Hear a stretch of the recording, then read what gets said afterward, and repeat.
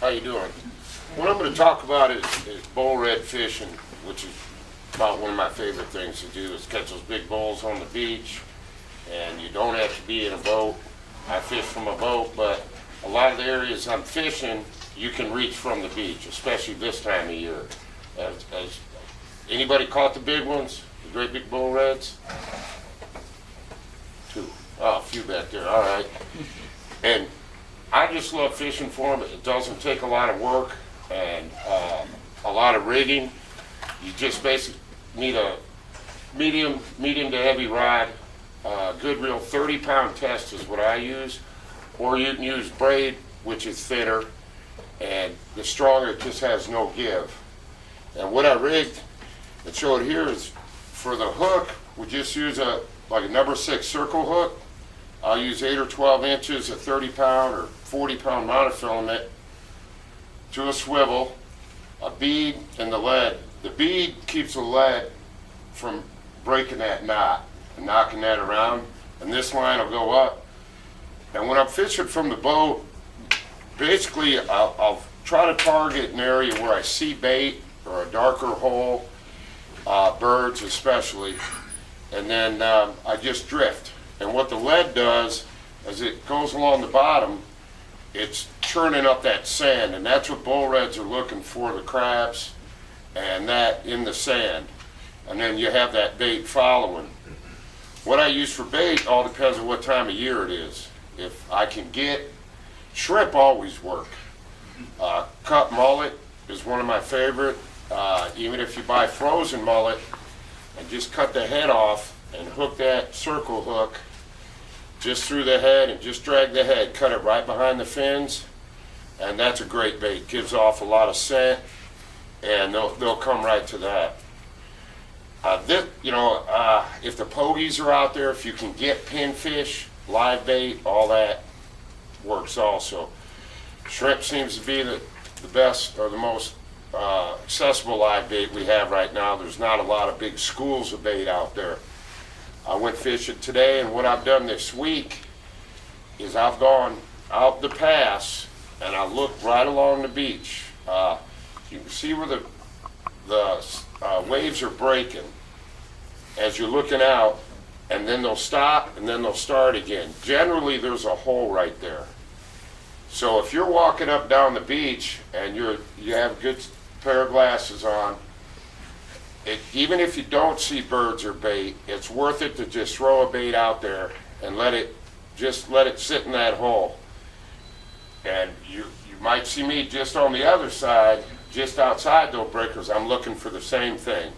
And that's been successful this week for me, just going along the beach for these big reds. And we just throw it out and let it soak a little bit. If I don't get anything soon, I'm always looking for birds. You know, if I were walking the beach, I'd do the same thing and walk out and just throw the baits out and let them sit. You know, with the tide, that matters more to me when I'm near the pass, like the Mobile Bay or in the Perdido Pass here.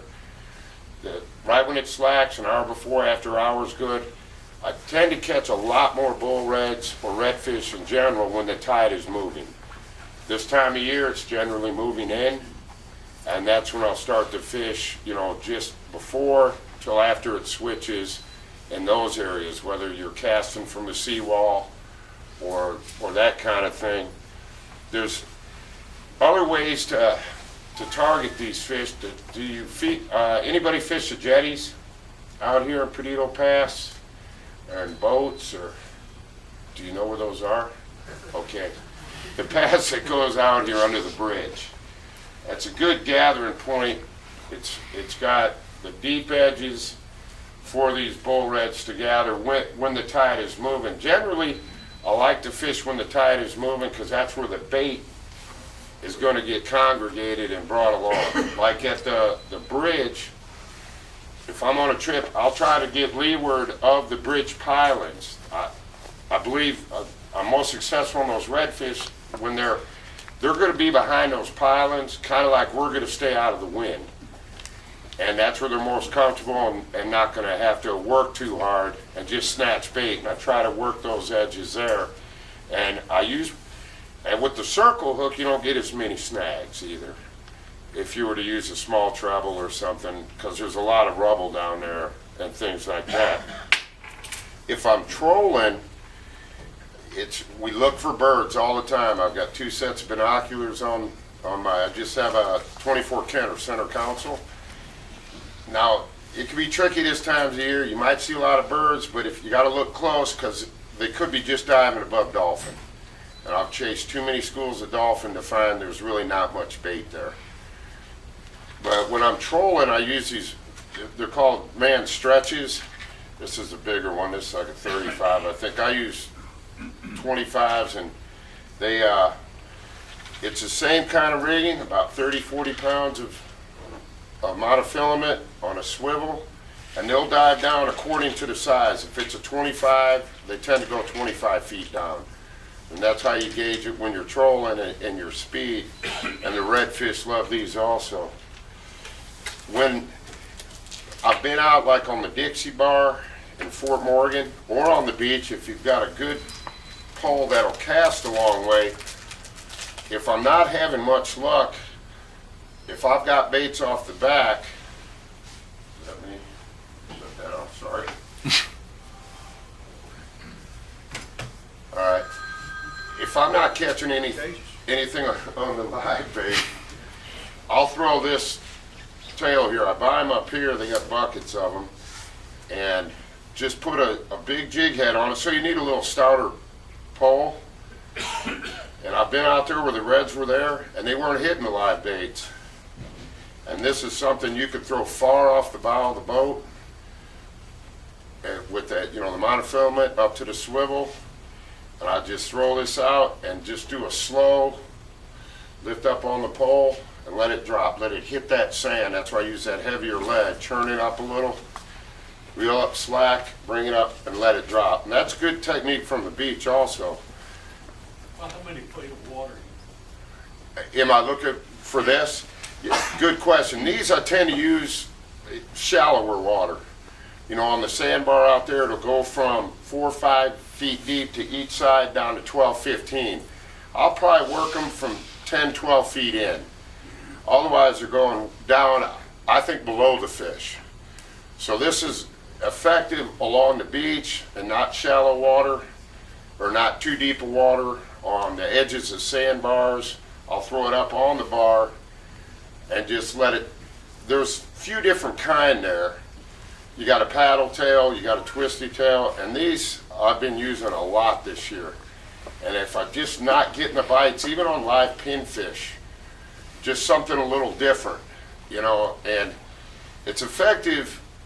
You'll see it, pods of bait fish, and you're looking at them and you're going, what's one bait gonna matter? But it matters. These can't get away.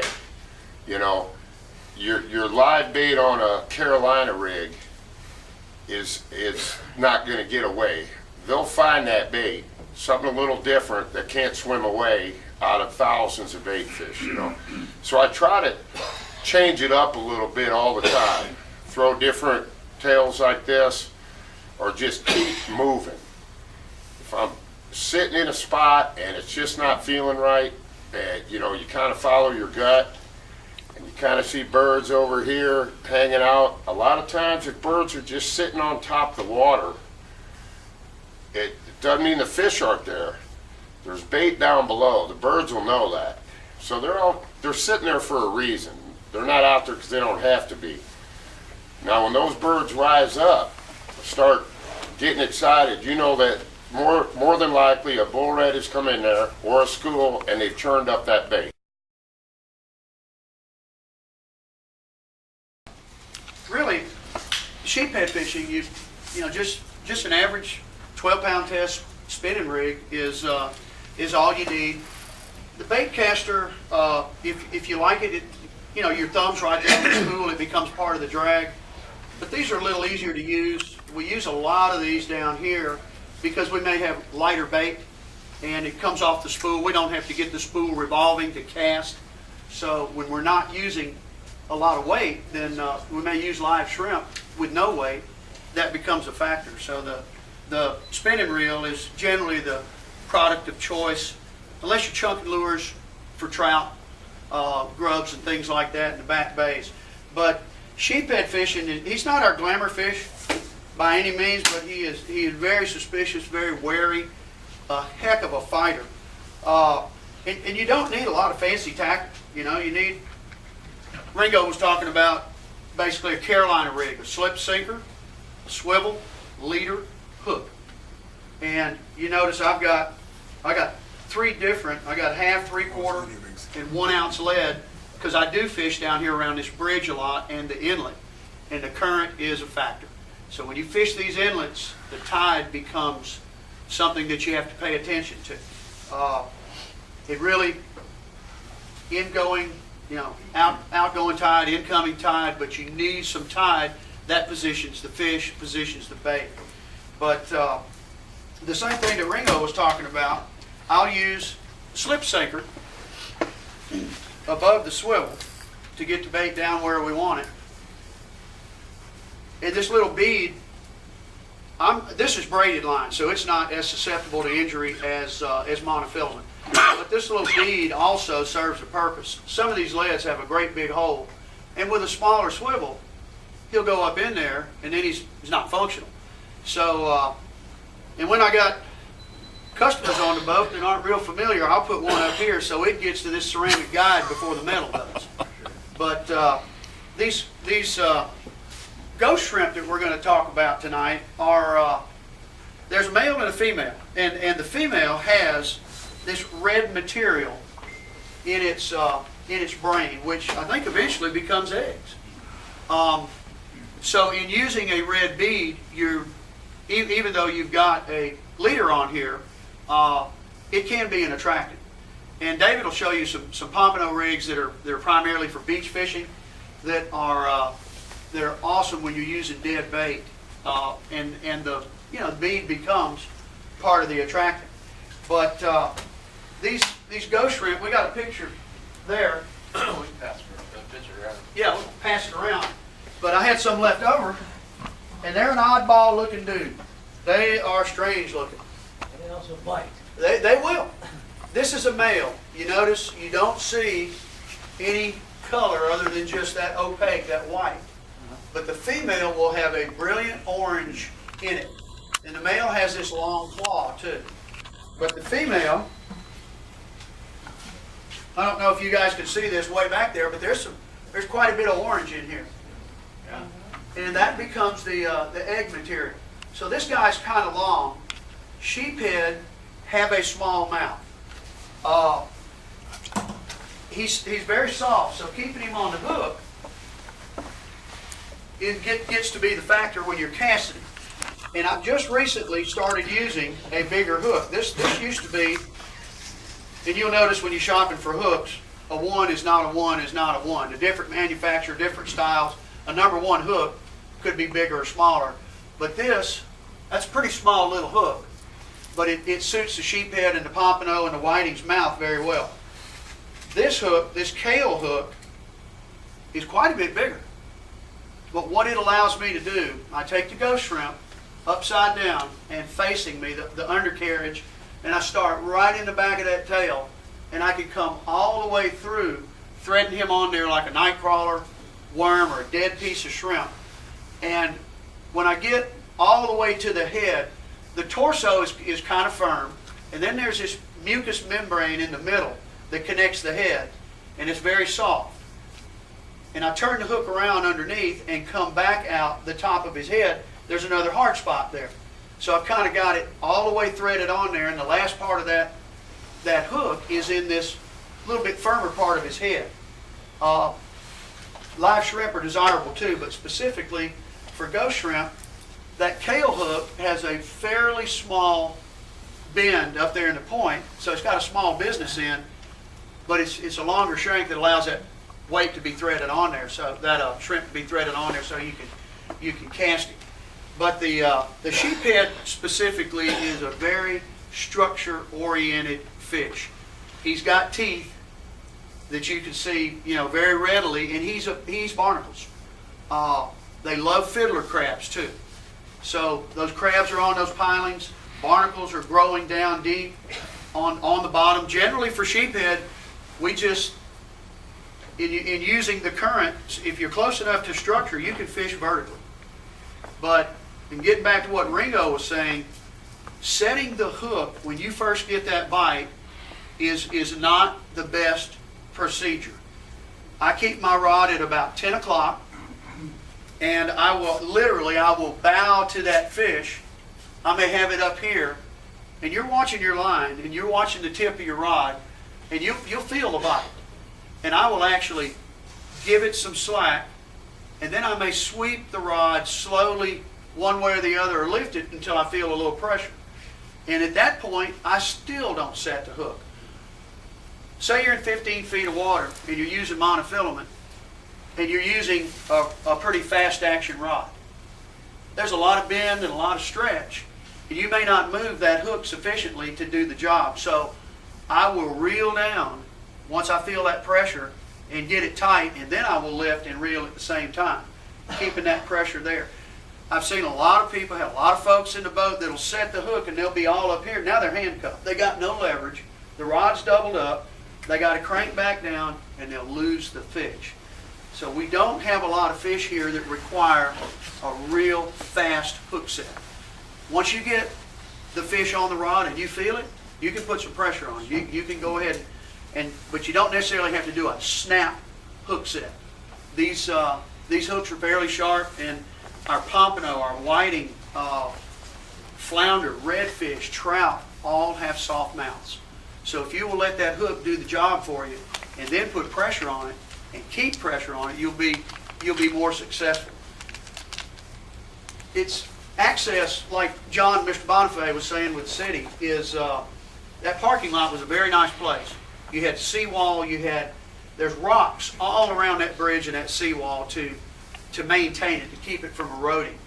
And so when you're fishing for sheephead, you're in the rocks or you're not in the target area. So terminal tackle, you want to keep it kind of simple. You can use fluorocarbon. It's not absolutely necessary. Our water gets pretty clear this time of year. I'm fishing with a guy today that's using Berkeley Big Game Trilene and it's fluorescent green. 25-pound test, and he's catching fish. So in doing that, if you do get hung up and you're using these thin wire hooks, you can usually get most of your tackle back. You can get your lead, you get your swivel, and the bronze hooks are fairly flexible. They'll bend. You can actually straighten them out, and that's not an undesirable thing. If you're not hammering your drag dead tight, then you want to let that drag work for you. You want the fish to be able to move a little bit. You want your rod to bow up. And you notice this is not heavy tackle. Fishing from the beach, you may utilize a longer rod for a greater length of cast. But in the boat, it's more about sensitivity. And these sheephead are very leery. So one thing I've learned is knowing that they're leery, I used a longer leader to try to keep my bait away from all this terminal visible tackle. I missed a lot of fish. I've shortened my leader up to probably under a foot now. And I've gone to a heavier, this is 25-pound test, 20. But in using lighter material, I break off a lot more frequently. So I use a little bit heavier stuff to get these fish out of the rocks. But you still don't want to hammer that drag all the way down because you'll have some equipment failure. But probably one of the biggest mistakes made is people use a little too heavy tackle. And the sensitive stuff you can feel a little better, and it's a lot more fun. You can keep 10 sheephead per person, and a 12-inch sheephead is legal, but he's generally not worth keeping because he has such a large rib cage.